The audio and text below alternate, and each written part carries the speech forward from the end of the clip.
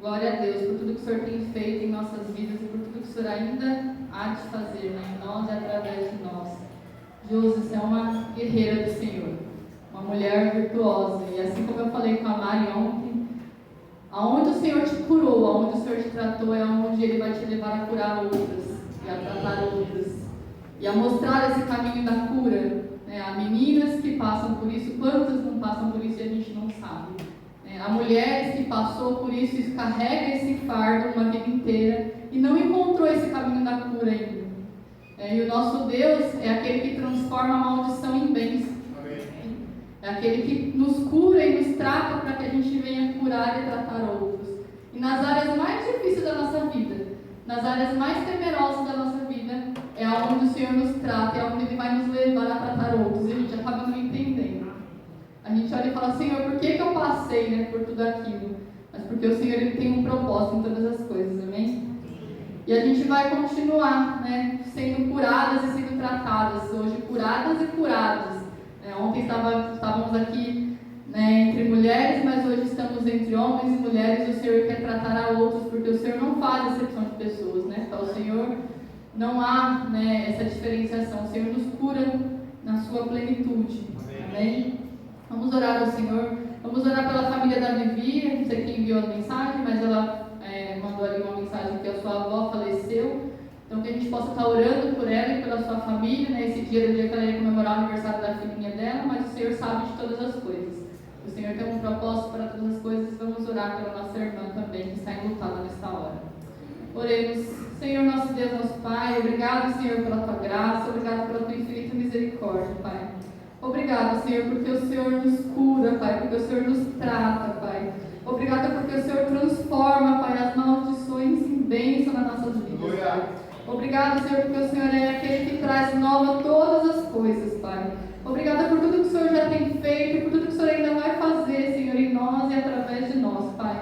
Senhor, nesta hora, Senhor, eu quero te pedir, Senhor, uma bênção especial sobre a vida da Vivi, sobre a sua família, Pai. Em nome de Jesus, consola, Senhor, o coração dela, Pai, o coração dos seus familiares, Pai, dos seus entes ali, Senhor, que nessa hora estão enlutados, estão chorando, Pai, pela perda do seu ente querido, Pai.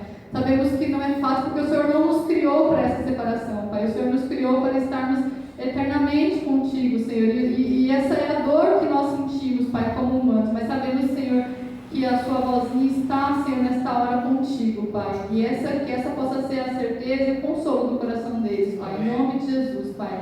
Cuida deles, Pai, daquilo que eles estão necessitando nesta hora, Senhor. Acampa teus anjos, Senhor, ao redor desta família, nesta hora, Pai. Em nome de Jesus, Pai. Senhor, continue, Senhor, a falar aos nossos corações, Pai. Usa da minha vida, Pai, para que eu não venha falar de mim, mas que eu venha falar do teu Santo Espírito, Pai. Tira, Senhor, desprende, Pai, toda a nossa preocupação, todos os nossos anseios nesta hora, tudo aquilo que não lhe agrada, Pai, tira de nós, Senhor, em nome de Jesus, e nos ajuda, Senhor, a entender a tua palavra, Pai. Nos ajuda a entender o teu recado para nós nesta manhã, Pai.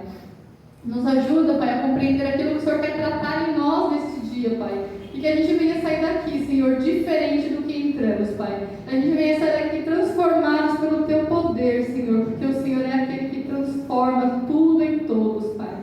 Ó, Senhor, usa, Senhor, da minha vida, Pai, usa da vida dos meus irmãos, Pai, que o Senhor possa trazer o entendimento, Senhor, à mente deles também, Pai. Em nome de Jesus, tem misericórdia de nós nesta hora, Pai. Perdoa pelas nossas falhas, pelos nossos pecados e imperfeições, Deus. Em nome de Jesus, amém. Amém. Amém. Eu convido aos irmãos a abrir as suas Bíblias no livro de Jó. Hoje a gente vai passear um pouquinho pelo livro de Jó. E o tema da nossa meditação nesta manhã é caminhando com Deus em meio à dor e o sofrimento. Então nós estamos desde ontem, né, falando sobre cura, falando sobre restauração, falando falando sobre várias áreas, né, da nossa vida.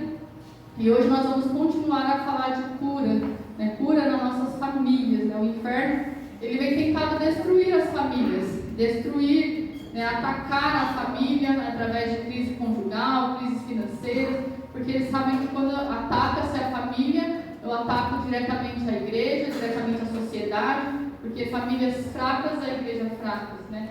Famílias destruídas é uma sociedade destruída. Então, o reflexo da sociedade que a gente vê hoje é porque as famílias não têm mais estrutura, né? As famílias estão desestruturadas, estão desorganizadas. E aí acontece esse caos que a gente vê na sociedade hoje. Porque o inimigo ele tem tentado atacar as famílias, né? Então é crise financeira, é crise com jovens, é crise de valores, né? Então o livro de Jó, né, o Senhor Jó nos mostra 6 áreas básicas que o inimigo tenta atacar a nossa vida, que é no nosso relacionamento com Deus, as nossas finanças, os nossos filhos, a nossa saúde, os nossos casamentos, as nossas amizades.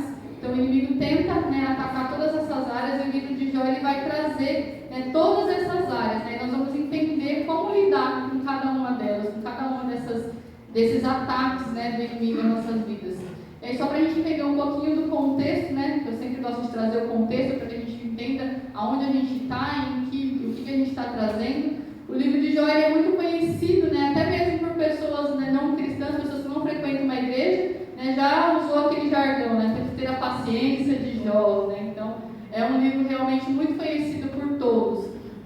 E é uma das características do seu livro, né, essa paciência, né, a história de Jó, ela é uma história muito antiga, né, os estudiosos dizem que Jó foi um dos primeiros livros da Bíblia, né, então há aí um rumor que Jó foi o primeiro livro a ser escrito. Quando a gente pega a Bíblia cronológica, o primeiro livro que está lá é o livro de Jó, que é um livro realmente muito antigo. E o seu autor ele é desconhecido, nós não sabemos quem o escreveu, não foi Jó quem escreveu, provavelmente ele foi escrito na época de Salomão, antes do exílio. Nós temos referência disso porque o tipo de narrativa que é o livro de Jó, que é uma poesia, ela começou a ser escrita nessa época, esse tipo de narrativa ali mais ou menos na época de Salomão, antes do exílio. Então, ele muito provavelmente ele foi escrito por um israelita que escreveu esse livro através dos textos hebraicos, né, dos registros. Então, quando aconteceu esse episódio, né, na vida de Jó?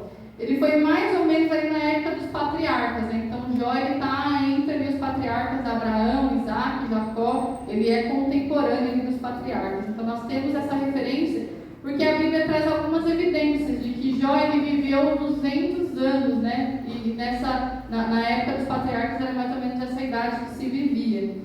Uma outra referência que a gente tem é sobre as riquezas de Jó, né? Porque quando a gente fala do livro de Jó, as riquezas de Jó, elas eram contadas por cabeça de gados, por quantidade de servos que ele tinha, e isso acontecia, né, nos tempos dos patriarcas, era dessa forma que se contava o patrimônio de uma pessoa, né? Era quanto ele tinha em gado, em servos e tal. E Jó, ele era o homem mais rico da sua geração. Jó era um homem muito rico. Então Jó ele era um patriarca gentil, muito semelhante a Abraão. Ele era sacerdote do seu lar e chefe de uma grande família, né? Sabemos que Jó teve ali muitos filhos. Assim como Abraão, ele oferecia sacrifícios pelos seus filhos e ele tinha autoridade. Isso só acontecia porque ele tinha essa autoridade de sacerdote. Naquela época, quem poderia oferecer sacrifícios era somente o sacerdote. Então Jó ele era um sacerdote também. O significado do nome de Jó é pesaroso, desgostoso, aquele que se arrepende, contrito. E o nome de Jó tem tudo a ver com a história de Jó. A gente vai ver hoje que Jó era um homem justo e temente ao Senhor. Então, o livro de Jó ele contém 42 capítulos. E possivelmente ele é dividido em 3 partes. O capítulo 1 e 2 conta a história de Jó e tudo o que aconteceu com ele. No capítulo 3 até o 41, existem vários diálogos ali entre Jó, seus amigos e Deus. Então existe um diálogo ali que acontece do 3 até o 42. Jó questionando a Deus em várias situações. E no 42 é o desfecho final da história de Jó e a restauração, né, na vida de Jó. Vamos ler Jó, ali, o capítulo 1, do 6 ao 12, a gente vai ler. Então você já está aí com a sua Bíblia aberta em Jó, amém? Jó a gente vai ler do 1 ao 6 e depois a gente vai ler do 2 do 1 ao 6. Desculpa, a gente vai ler Jó 1 do 6 ao 12 e depois o capítulo 2 do 1 ao 6. Então vamos ler o 1 do 6 ao 12. Amém? Misericórdia? Ora, houve um dia em que os filhos de Deus vieram apresentar-se diante do Senhor. Satanás veio também entre eles. E o Senhor disse a Satanás: De onde tu vens? Então Satanás respondeu ao Senhor e disse: De ir e vir sobre a terra, e dela andar para cima e para baixo. E o Senhor disse a Satanás: Tu consideraste o meu servo Jó, que não há ninguém como ele na terra, homem perfeito e íntegro, que teme a Deus e se afasta do mal? Então Satanás respondeu ao Senhor e disse: Acaso Jó teme a Deus por nada? Tu não fizestes uma cerca sobre ele e sobre a sua casa e sobre tudo que ele tem e sobre de todos os seus lados? Tu abençoastes o trabalho das tuas mãos e as suas posses aumentam na terra. Mas estende a tua mão agora e toca no que ele tem, e ele te amaldiçoará diante da tua face.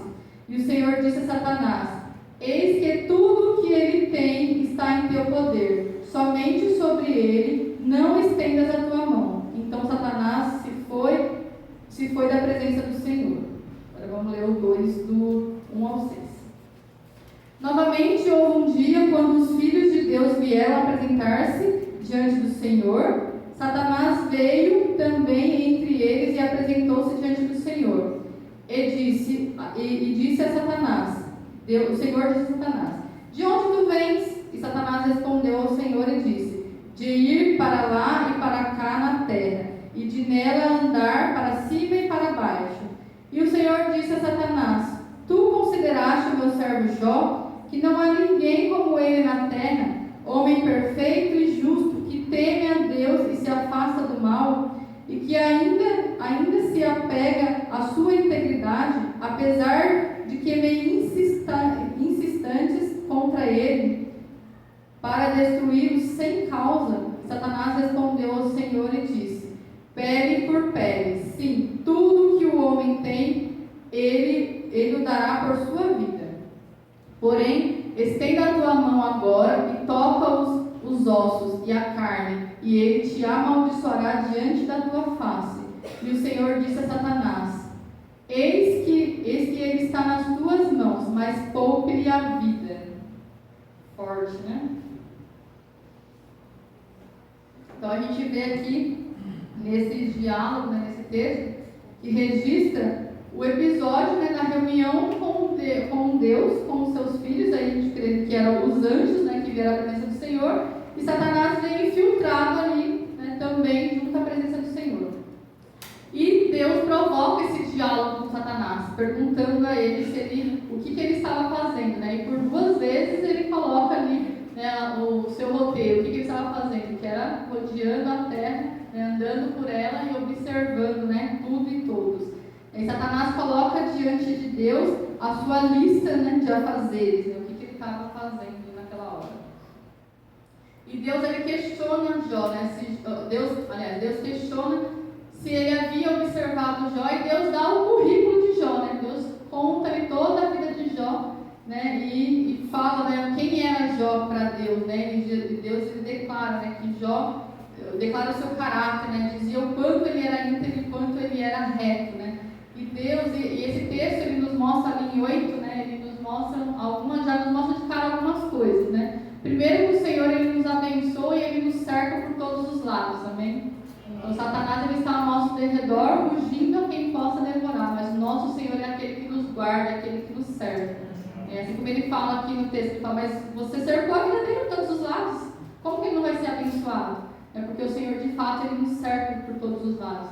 E o Senhor conhece a nossa vida, Deus ele conhece, ele sabe quem nós somos, ele sabe o que nós estamos fazendo, ele sabe qual é a intenção do nosso coração, o porquê nós estamos fazendo, ele conhece o nosso caráter, a nossa personalidade, aquilo que muitas vezes a gente não demonstra para as pessoas, Como a gente ouviu ontem em uma das palestras, que existem 3 tipos de pessoas, que é quem as pessoas acham que nós somos, quem nós achamos que nós somos e quem realmente nós somos, né? Que é quem Deus sabe quem realmente nós somos. Deus sabe quem nós somos e qual é a intenção do nosso coração. Então Deus, ele conhecia Jó, e assim como ele conhece a nossa vida, ele conhecia a integridade, ele elogia a integridade de Jó. Mas Satanás, ele levanta suspeitas sobre a motivação de Jó. A gente vê do 9 ao 11 que ele começa a dizer, diz que Jó só servia a Deus por interesse, que Jó só servia a Deus pelas bênçãos que Deus dava a ele, não porque Jó amava a Deus. Satanás começa a levantar essas suspeitas a respeito de Jó, né? E Deus precisa Satanás, ele levanta essa suspeita e ele diz que Jó só serve a Deus por interesse, né? E Satanás insinua que Deus precisa subornar as pessoas para ter a sua adoração e que ninguém adora a Deus por quem Deus é, mas só pelo que Ele dá. E que as pessoas se aproximam de Deus pelas bênçãos e pelo que Deus pode promover, e não pelo seu caráter. E ele insinua que Jó não é honesto nos seus sentimentos, que Jó não é honesto nas suas intenções, né, da sua relação com Deus. E Satanás acusa Jó de amar mais ao dinheiro do que a Deus, mais a sua própria vida do que a Deus. E sem que Jó saiba, sem que Jó saiba, Deus o institui como seu advogado na terra. E ele coloca nas mãos de Jó a defesa da sua reputação. Porque Deus sabia quem Jó era. Quando falou, vai lá e faz o que você quer fazer. Porque eu sei quem é o meu servo. Né? E o Senhor tinha coisas a tratar ali com Jó. E Deus, ele confiou em Jó, né? E se Jó naufragasse, seria a reputação de Deus que estava em risco.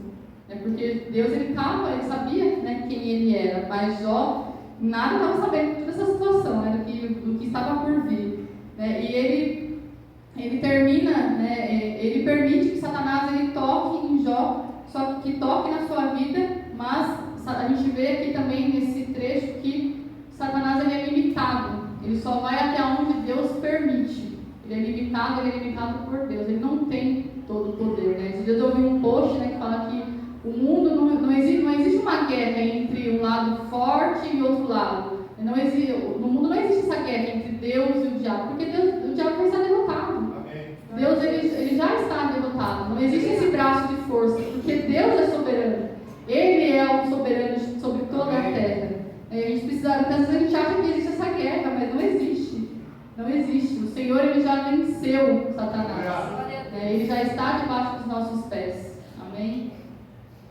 Então nós aprendemos aqui que o Satanás ele é limitado e ele só vai até onde Deus permite que ele vá, nem 1 milímetro a mais, nem 1 milímetro a menos.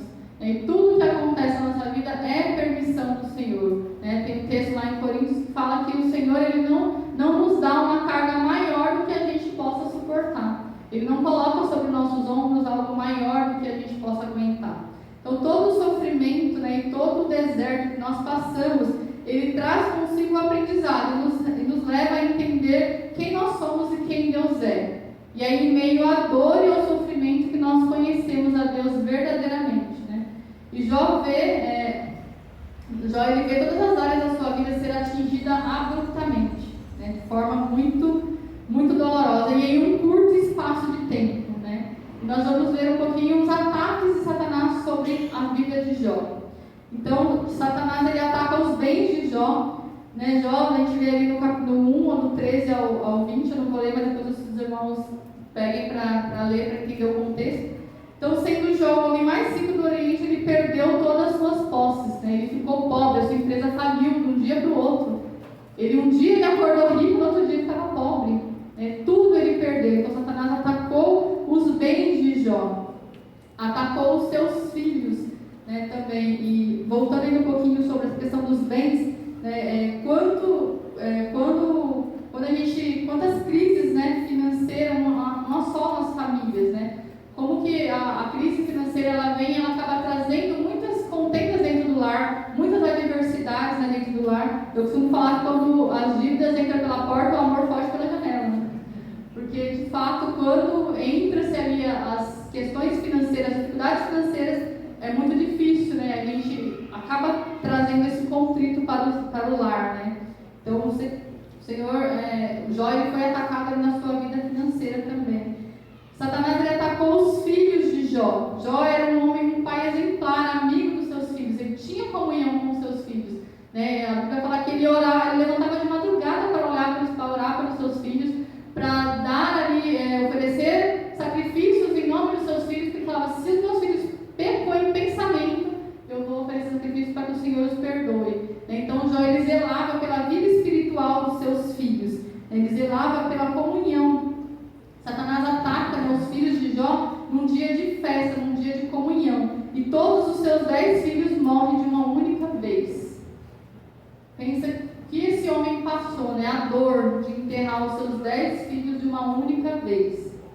E quando Jó ele vai ao cemitério sepultar os seus filhos, e de uma única vez, e a sua dor não tinha tamanho. Ele raspa a sua cabeça e ele mostra que a sua glória havia se apagado. E os seus amigos, eles começam a acusar Jó e dizer que seus filhos eram rebeldes, que alguma coisa havia acontecido ali. E quem sabe hoje, né, você está passando por essa aflição com os seus filhos, por alguma situação, né, que envolve filho, de repente um filho que está com alguma dificuldade, que está nas drogas, ou que está perdido no mundo, que não quer saber do Senhor, né, que não tem, né, o seu coração voltado para Deus, e isso também destrói os lares, isso destrói o coração dos pais, da família, quando a gente tem, né, uma ovelha desgarrada que está com algum problema, e a gente não fica em paz, né, porque algo em nós não está completo. Mas Deus, Ele é um Deus que transforma, né, Ele é um Deus que transforma todos os ataques de Satanás, né, e Ele muda, Ele reverte toda a situação, né, o nosso Deus é um Deus que transforma toda e qualquer situação. Deus ele traz à existência as coisas que não existem, que a gente possa ter fé e continuar orando pelos nossos filhos, orando por aqueles que estão à nossa volta e que estão longe dos caminhos do Senhor. E tudo pode ser mudado pela oração, tudo. Eu vi uma história esses dias de uma ilustração de uma mãe que criou a sua filha, né, nos caminhos do Senhor, dentro da igreja, e um belo dia sua filha falou para ela, na sua adolescência, eu não quero mais saber desse Deus, eu não quero mais saber de Deus.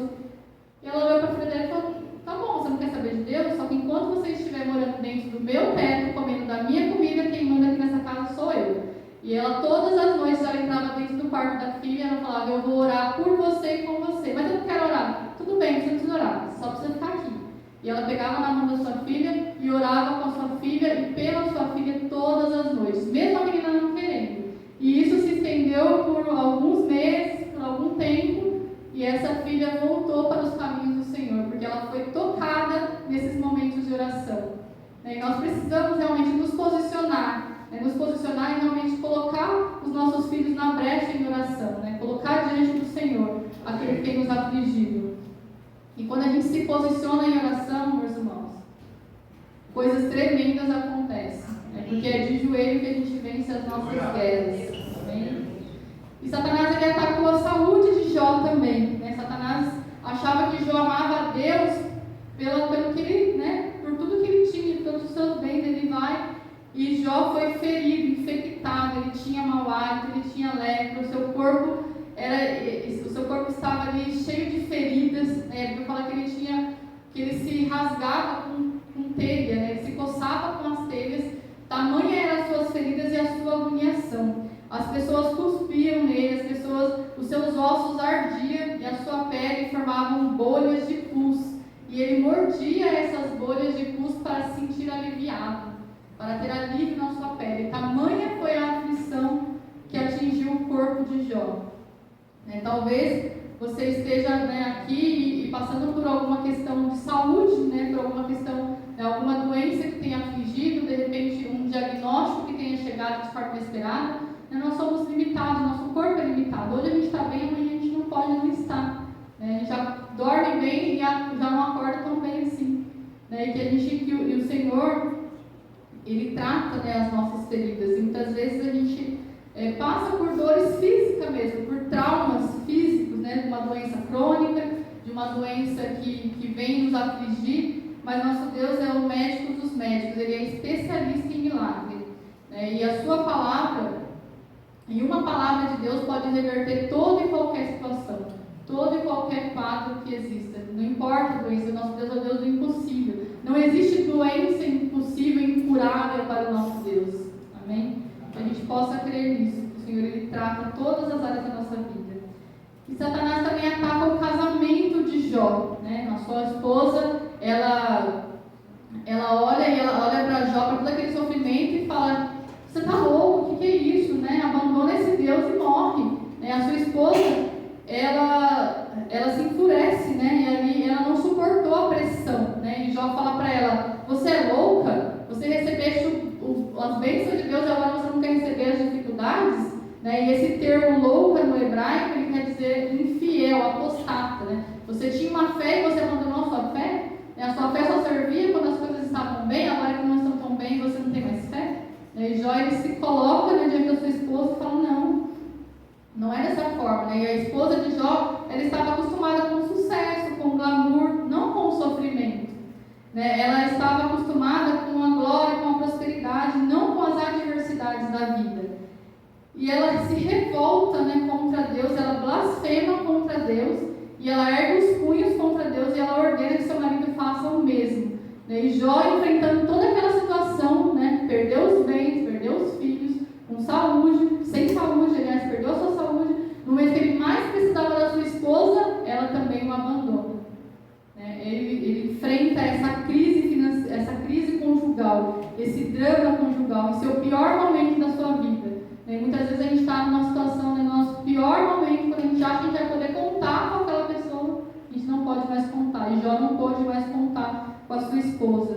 E talvez, né, você esteja aqui nessa manhã e passando por algum problema no seu casamento, por alguma tribulação, por alguma turbulência, né, conjugal. Muitas vezes a gente está, né, caminhando e passando por dificuldades, né, no casamento, adversidades, né, nunca vistas antes. Mas o nosso Deus é o Deus que restaura, é o Deus que transforma, é o Deus que muda o rumo da história das nossas vidas. É o Deus que cura, né, a nossa área conjugal também, que faz novo todas as coisas. Nosso Deus é o Deus que tem palavras de vida, né, que Ele faz florescer aonde não há esperança. Aonde a gente acha que não havia mais amor, que não havia mais companheirismo, nosso Deus é o Deus que restaura e traz nova a existência todas as coisas, né, traz a existência que não existia. Onde a gente não vê solução, né? Onde a gente não enxerga a saída. O nosso Deus é um Deus que Ele não desiste da gente. Então não desista do seu casamento, não desista do presente que o Senhor colocou nas suas mãos, porque o seu casamento é um presente que o Senhor te concedeu. Não desista dele, né? Continue, porque o Senhor não desistiu de vocês. Amém? Satanás também atacou os amigos de Jó. Os seus amigos vieram de longe. A Bíblia diz que eles vieram e ficaram ali uma semana sentados, chorando junto com Jó. Tamanha era o sofrimento que eles estavam vendo na vida de Jó e eles não tinham palavras. Eles ficaram ali uma semana sentados, chorando dia e noite do lado de Jó. Mas em algum momento esses seus amigos, né, olham para Jó e eles começam a tentar fazer teologia com a vida de Jó. Eles começam ali a questionar, né, a Jó e começam a lançar acusações a respeito de Jó, né, acusações sobre a sua vida, dizendo: será que você não é realmente convertido? E aí eles começam a fazer uma correlação de causa e efeito, né? Se você está passando por isso, né, por essa dificuldade, é porque alguma coisa você fez. Né? E muitas vezes isso acontece na nossa vida, né? A gente está passando por tribulações, por situações, né, adversas. E aqui eu quero trazer também o que foi falado ontem, que não é porque nós somos cristãos, nós estamos debaixo da graça do Senhor, estamos diante do Senhor, que as aflições não vão nos atingir. Né? Estar na presença do Senhor não é sinônimo de ausência de aflição. A diferença é que nós temos um Deus que passa conosco todas essas aflições. Qual é a diferença, né, de nós para as pessoas do mundo que também passam por situações? Porque nós passamos com um Deus do nosso lado, sabendo que o nosso Redentor vive e que Ele vai nos dar a vitória. Né? E muitas vezes a gente faz sim essa correlação de causa e efeito. Você vê uma pessoa passando por uma situação, mas alguma coisa ela fez. Algum pecado oculto tem aí. Né? E muitas vezes não é Deus tratando. E a gente fala daquilo que a gente não sabe. Né? E os amigos de Jó começaram a questionar, né? Dizendo para ele: não, tem alguma coisa errada. Começaram a lançar acusações contra Jó. Né? O homem já tinha perdido seus bens, já tinha perdido os filhos, tinha perdido sua saúde, sua esposa tinha abandonado ele. E aí veio os amigos, e no momento que ele precisava de uma ajuda, de um refrigério, os amigos começam a acusá-lo, dizendo: mas você não é, de repente você não é convertido. batismo, alguma coisa aconteceu aí que você ainda não se converteu ao Senhor. Acusando, dizendo que ele era um pecador, que ele tinha um coração endurecido, que ele era rebelde contra Deus, que ele era hipócrita, que ele era adúltero, que ele era ladrão. Tudo isso está nesse diálogo aí do 3 até o 41, está dentro desses diálogos, né? Que ele explorava dos pobres. Então eles começaram a questionar: alguma coisa tem de errado na sua vida, Jó. E eles começam a trazer as acusações para ver se Jó traz à memória qual era o pecado que ele tinha cometido. Eles começam a dizer que ele era louco, né? E quem sabe, né, aqueles amigos, né, que você mais confiava, que você mais tinha apreço, são aqueles que no momento que você acha que você pode contar, mas eles vão te dar as costas. E isso pode acontecer, amados, né? Porque a gente se decepciona com pessoas que estão próximas de nós, né? Então, muitas vezes, quando a gente está precisando de uma mão amiga, precisando de alguém para nos aconselhar, às vezes a gente não vai ter esse alguém. Às vezes a gente não vai ter, de alguma forma, né? Esses amigos, as pessoas que estão próximas, o que elas vão fazer é nos acusar. É dizer: não, mas o Senhor tem alguma coisa errada na sua vida. Não é possível que você é crente, que está todo dia na igreja e está passando por isso. Né? Mas a gente precisa confiar no nosso Deus, porque a Bíblia diz que Ele jamais nos abandona. Né? Lá em Hebreus 13:5 diz que ainda que todos nos abandonem, ainda que todos nos deixem, o Senhor jamais nos abandonará. Que a gente possa ter essa certeza que não importa se hoje, né, se nós não temos aquelas pessoas que a gente queria que a gente tivesse, né, mas o Senhor, Ele jamais nos abandona. E tudo é propósito do Senhor. Muitas vezes as pessoas precisam se afastar, precisam sair de cena para que a gente consiga enxergar verdadeiramente Deus nas nossas vidas. Eu lembro quando eu estava passando por uma situação e aconteceu exatamente isso. Eu me via numa situação que não tem ninguém, nem pessoas mais próximas da minha família que eu achava que eu podia contar. De repente a pessoa sumiu, né? Não estava ali para dar o apoio e o suporte que eu esperava naquele momento. Mas não é das pessoas que a gente vai ter o suporte que a gente espera, é do nosso Deus. Muitas vezes a gente cria, né, expectativas nas pessoas e a gente se frustra. Mas o nosso Deus é um Deus que não frustra nenhuma das nossas expectativas. Né? Então, diante de tudo isso, né, a atitude de Jó diante do seu sofrimento, né, ele só desabafa com Deus a sua dor e a sua angústia. Porque Jó, ele começa a se questionar, ele fala: não, mas alguma coisa está de errado, Senhor. E ele começa a desabafar diante do Senhor. A gente ouviu ontem também que a fala nos organiza, que falar nos cura. E Jó começa a falar, ele começa a despejar diante do Senhor. E Jó, ele levanta 16 perguntas aos céus, a Deus. Por que estou sofrendo? Por que eu perdi meus filhos? Por que eu perdi meus bens? Por que tudo isso está acontecendo na minha vida? Por que o meu casamento acabou? Por que os meus amigos me acusam? Por que Deus não me mata? E Jó, ele começa a questionar a Deus: por quê? Por que tudo isso está acontecendo? Por que tanta coisa acontecendo na minha vida num curto espaço de tempo, e toda essa reviravolta? E Jó, ele estava cheio de queixas no seu coração, e ele levanta a Deus 34 queixas a Deus sobre tudo aquilo que estava acontecendo na sua vida. E ele começa a questionar. E ninguém entendia o real motivo do sofrimento de Jó. Satanás achava que Jó servia a Deus por interesse. A mulher de Jó se revolta contra Deus e contra o marido e pede que ele desista de servir a Deus.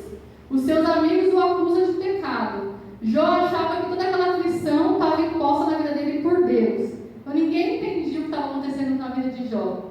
Mas diante de tudo isso, a resposta de Deus para Jó foi o quê? Um completo silêncio. Diante das suas 16 perguntas, das suas 14 queixas, Deus não falou absolutamente nada.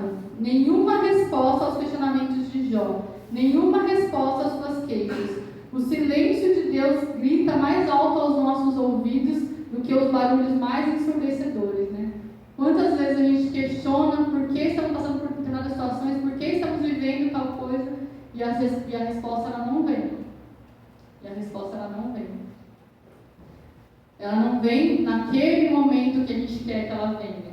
Deus, ele sempre tem respostas nas nossas vidas, mas ele sabe a hora certa de trazer essas respostas, porque a gente é muito imediatista, a gente quer que as respostas venham na mesma hora, né? Deus, confirma, fala comigo, faz alguma coisa. mas as respostas ela tem um momento para acontecer.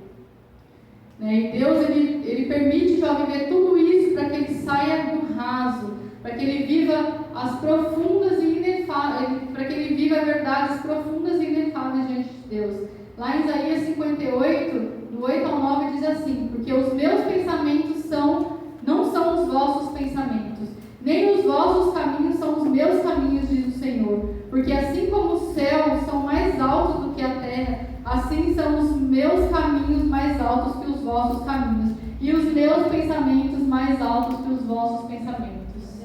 Amém?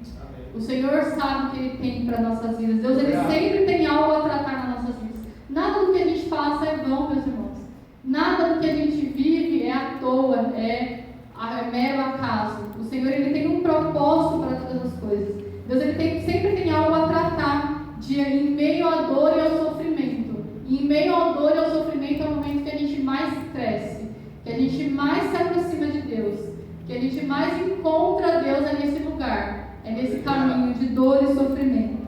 E eu conversando outro dia com um amigo, ele falou assim: me indica um livro para como a pessoa sair do deserto, sair do sofrimento. Eu falei: posso indicar um livro, mas não é o caminho sair. A gente não tem que desejar sair a qualquer custo. A gente precisa realmente se colocar diante de Deus e falar: o que o Senhor quer tratar com a minha vida neste deserto, neste momento de sofrimento? O que Deus tem a tratar comigo? O que Ele quer tratar no meu coração nesse momento? E Deus, Ele nos trata de dentro para fora. O processo de cura passa pelo sofrimento também. É preciso passar por esse momento. Nós não temos apenas que desejar sair a qualquer custo do deserto, mas precisamos usar os desertos da nossa vida a nosso favor, para amadurecer e para crescer na presença do Senhor. Amém? Amém. Então nós precisamos realmente entender aquilo, buscar entender aquilo que o Senhor quer tratar em nós e através de nós. Jó tem que entender o que estava acontecendo na sua vida. E por vezes ele se achava injustiçado, Quando ele começa a questionar, ele se achava injustiçado. Mas Deus, por que isso está acontecendo? Se eu sou um homem piedoso, se eu faço tantas coisas, E muitas vezes a gente se coloca assim diante de Deus, A gente fala: mas Senhor, eu vou em todas as programações, eu estou na MCM, eu participo de tudo que tem para participar, eu me dedico, eu me esmero no trabalho do Senhor. E a gente quer se justificar diante de Deus. A gente quer justificar a nossa vida diante de Deus. Mas a Bíblia diz lá em Isaías 64:6 que as nossas justiças são como trapos de imundícia diante de Deus. Que forte, Que a nossa justiça própria é como trapos de imundícia diante de Deus. E o que é a nossa justiça própria? A gente querer se justificar com aquilo que a gente faz, com aquilo que a gente tem colocado, diante de Deus, com a nossa vida. Por que eu estou passando por essa e aquela situação? E o que são trapos de imundícia? Quando lá só para entender esse contexto, quando os homens tinham lepra, tinham algum ferimento, que eles pegavam uma faixa e enfaixavam aquelas feridas com essas faixas. E ficava ali por alguns dias, por algum tempo, e quando eles tiravam aquelas faixas, elas fediam, elas estavam podres, por conta do pus, por conta do sangue. E eles pegavam aqueles trapos de imundícia e queimavam, tinha que queimar porque era realmente imundo. E o Senhor compara a nossa justiça própria com esses trapos de imundícia. Como é forte isso, diante do Senhor. E a gente muitas vezes quer se justificar: mas por que está acontecendo comigo, Deus? Porque só eu sofro, ó céus, ó vida. Mas a nossa justiça própria são como trapos de imundícia diante do Senhor. E nós vemos atitude, mas Deus vê a intenção que está por trás das atitudes, a motivação pela qual nós fazemos o que fazemos diante de Deus. Nós vemos as atitudes de Jó, daquilo que ele fazia, mas quem via a intenção do coração dele era o próprio Deus. Quem vê a intenção do nosso coração é Deus. Muitas vezes nem nós mesmos conseguimos entender, a gente acaba fazendo no automático, de forma inconsciente. Eu vou fazer aqui porque o pastor vai chamar minha atenção se eu não fizer. Eu tenho que fazer aqui certinho, porque senão alguém pode ver e achar que eu estou fazendo de qualquer jeito. Qual é a intenção do nosso coração? A servir na obra do Senhor. Qual é a intenção do nosso coração? A fazer o que fazemos todos os dias. Eu vou orar aqui só para me cumprir o meu ritual, dar aquele checkzinho ali, que eu já orei, que eu já fiz meu devocional, está tudo certo, não estou devendo nada para ninguém. Qual é a intenção do nosso coração? O Senhor, Ele vê a intenção do nosso coração e a motivação. Né? Nós vemos somente o exterior, mas o Senhor, Ele vê o interior. Após o Éden, tudo em nós foi corrompido, absolutamente tudo. E Eclesiastes 7:20 diz que porque não há nenhum justo sobre a terra que faça o bem e não peque. Não há, meus amados. Por mais piedoso que a gente tenta ser, por mais que você olhe para a pessoa e fale, nossa, aquela pessoa ali não tem pecado nenhum. Tem pecado. Porque nós, infelizmente, nós somos corrompidos pela queda. Em Salmos 39:5 diz que todo homem, por mais puro que seja, é pura vaidade. A gente precisa tomar muito cuidado, né, com a vanglória, né, com a gente ensoberbecer naquilo que a gente faz, porque eu posso, porque eu consigo. Não é na força do nosso braço. O Senhor, Ele sabe, né, daquilo que nós somos capazes. E, na verdade, nós somos capazes de absolutamente nada. Se Ele não nos capacitar todos os dias, se Ele não nos despertar todos os dias, nós não somos capazes de absolutamente nada. Em Romanos 3:23 diz, porque todos pecaram e estão privados da glória de Deus. Todos nós carecemos do sangue de Jesus. Né? Jesus, Ele derramou o seu sangue por todos nós. E nós carecemos da graça e da misericórdia do nosso Deus. Sem Cristo nós não somos absolutamente nada, nós não podemos fazer nada. Quando nós tentamos nos justificar diante de Deus, a nossa justiça própria, ou questionar o agir de Deus, nós estamos duvidando da soberania de Deus. Nós estamos dizendo para Deus que Ele não sabe o que Ele está fazendo. Quando a gente começa a olhar para nossas dores, para nossas mazelas, e falar, Senhor, por que eu estou passando por tudo isso? Mas eu não merecia tudo isso, Senhor. É porque nós estamos questionando a Deus, dizendo que Deus não está sabendo de nada. E a gente sabe. Misericórdia, né? Que o Senhor tenha misericórdia das nossas vidas. Que nós não venhamos a duvidar da soberania de Deus. E a intervenção de Deus vem, né? A intervenção de Deus na restauração de Jó, ela chega. E quando chegamos ao fundo do poço, a gente só tem um lugar para olhar. É para cima, não tem outro lugar. Quando a gente chega ao fundo do poço, só dá para olhar para cima. Só dá para olhar para o nosso Deus. Não tem outro lugar para a gente olhar. Vamos ler lá no capítulo 19, do 25 ao 26, no livro de Jó, tá? Jó 19. Jó, quando ele vê a sua situação e quando ele chega, né, ao fundo desse poço, ele dá um brado de esperança. Aqui no capítulo 19, 25 e 26. Porque eu sei que o meu Redentor vive e que ele se levantará no último dia sobre a terra. E embora, depois que os meus vermes da pele destruírem este corpo, ainda assim, em minha carne, eu verei a Deus. Jó, ele dá esse brado, né? Eu sei que o meu Redentor vive. E ele é soberano sobre todas as coisas, né? E logo depois que Jó ele dá esse brado de esperança, né, diante do Senhor, o Senhor ele rompe o silêncio e ele começa a falar com Jó. Mas Deus, ele não responde nenhuma das 16 perguntas de Jó, ele não responde nenhuma das 34, nenhum dos 4 questionamentos de Jó, mas pelo contrário, Deus ele faz 70 perguntas retóricas a Jó. E ele começa, o que são perguntas retóricas? São perguntas sem respostas. Né? E Deus, ele olha para Jó e diz, aonde você estava quando eu lancei os fundamentos da terra? Aonde você estava quando eu espalhava as estrelas do firmamento? Aonde você estava quando eu punha as águas do mar? Onde fica o reservatório do vento? Né? E Deus ele começa a fazer essas perguntas a Jó. Quem você pensa que você é? Né? Aonde você pensa que você está? E Deus ele mostra para Jó a sua soberania. Quando ele não entendia, quando não entendemos o que Deus está fazendo, nós podemos saber que Ele está no controle de todas as coisas, ainda que a gente não entenda. E Jó, né, a partir aí do capítulo 42, no 42, no 5, a gente enxerga grandes verdades que Jó aprende, né, que Jó ele traz diante desse rombo do silêncio do Senhor. E Jó ele aprende, Jó ele descobre a onipotência de Deus. No 42, 1 ao 2, né, ele coloca ali: então Jó responde ao Senhor e diz: eu sei que tu podes fazer qualquer coisa, e que nenhum dos teus pensamentos pode ser impedido. Quem é este que esconde o conselho sem o conhecimento? Por isso proferi o que não entendia, coisas maravilhosas demais para mim, as quais eu não sabia.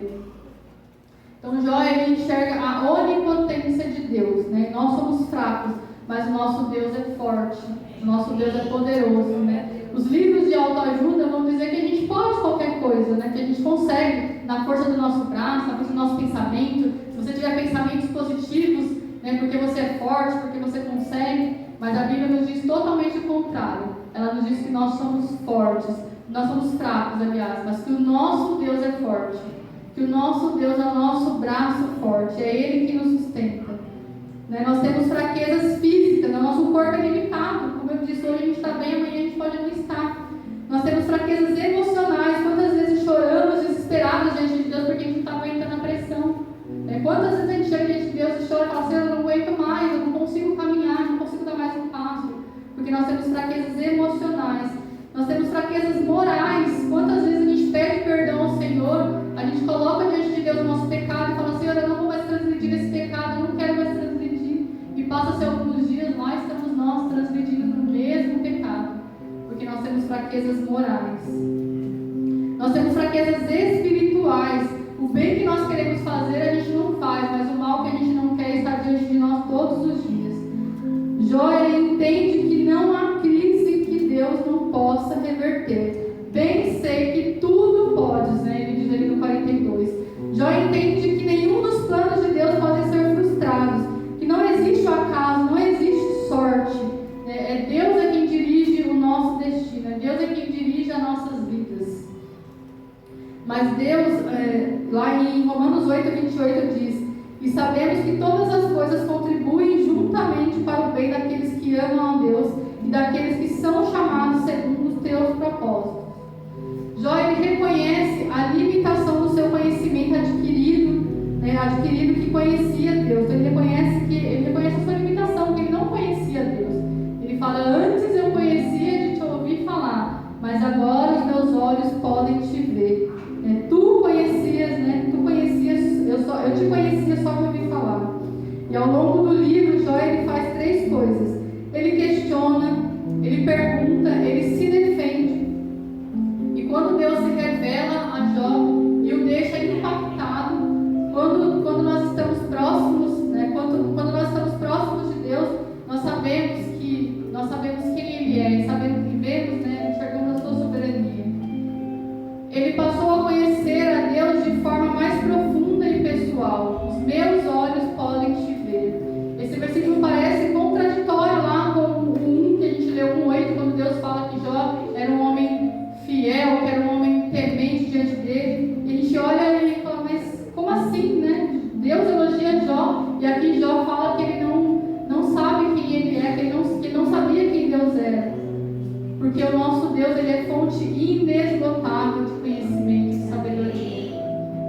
Lá em João 17:10 diz que a essência da vida eterna é conhecer a Deus. No céu nós iremos viver continuamente conhecendo, e jamais haverá um dia que nós podemos dizer que conhecemos tudo a respeito de Deus. O Senhor, ele é fonte inesgotável em seu ser. Oséias 6:3 diz, e conheçamos e prossigamos em conhecer ao Senhor. Nós temos muito a conhecer do nosso Deus. Nosso Deus, ele é fonte inesgotável de sabedoria, de conhecimento, e nunca nós estaremos satisfeitos em conhecer o Senhor. É isso que nós vamos fazer na eternidade, meus irmãos. Nós passaremos a eternidade conhecendo o Senhor. E nunca vai haver um dia que fala: já conheci tudo desse Deus. Não existe esse dia. Jó, ele passou a conhecer a si mesmo. Ontem a gente ouviu tanto que a gente precisava conhecer a nós mesmos, saber quem nós somos. As pessoas que lamentam mais o seu pecado são aquelas que estão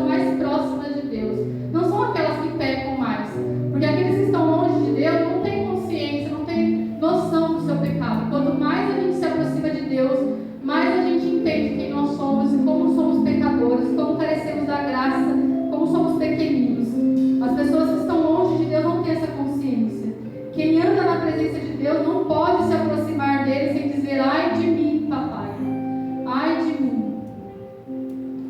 Perdido estou, porque os meus lábios são impuros e eu vivo no meio de um povo impuro. Na presença de Deus até os serafins encobrem o seu rosto. Ai de nós, né? Deus, ele restaura a sorte de Jó, ele restaura todas as áreas da vida de Jó.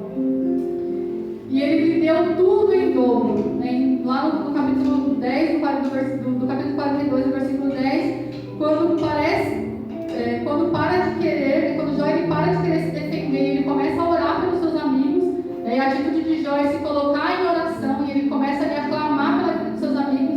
Deus começa a restaurar a sua vida. E é quando nós oramos por alguém, quando nós oramos pelo nosso próximo, por aquele que nos faz mal, o que os amigos estavam fazendo ali? Estavam só cavucando mais as feridas de Jó. Os amigos estavam só piorando a situação dele, mas ele começa a orar por aquele que havia ali, pelos seus inimigos naquele momento, né, que ele conseguia visualizar. Ele começa a orar pelos seus amigos, ele começa a interceder. E quando ele começa a orar, o Senhor ele começa a restaurar. Porque quando nós oramos, Deus restaura a vida daquele por quem nós estamos orando e restaura também as nossas vidas. É na oração que a gente encontra a cura. É na oração que a gente encontra o refrigério do Senhor. É ali que Ele nos trata.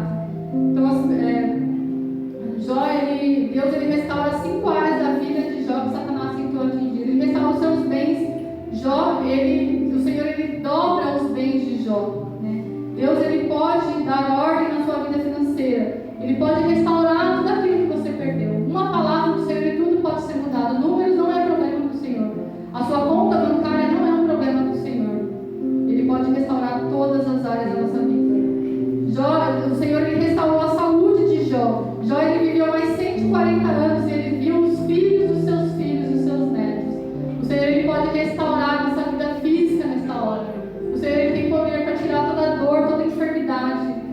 Não que a gente não tenha que procurar os médicos, e não estou dizendo que a gente tem que negligenciar isso, mas o nosso Deus ele é poderoso para agir através dos médicos, para agir em nós e trazer a cura, assim como ele fez na vida de Jó. O Senhor ele restaurou o casamento de Jó. Jó ele foi curado, ele foi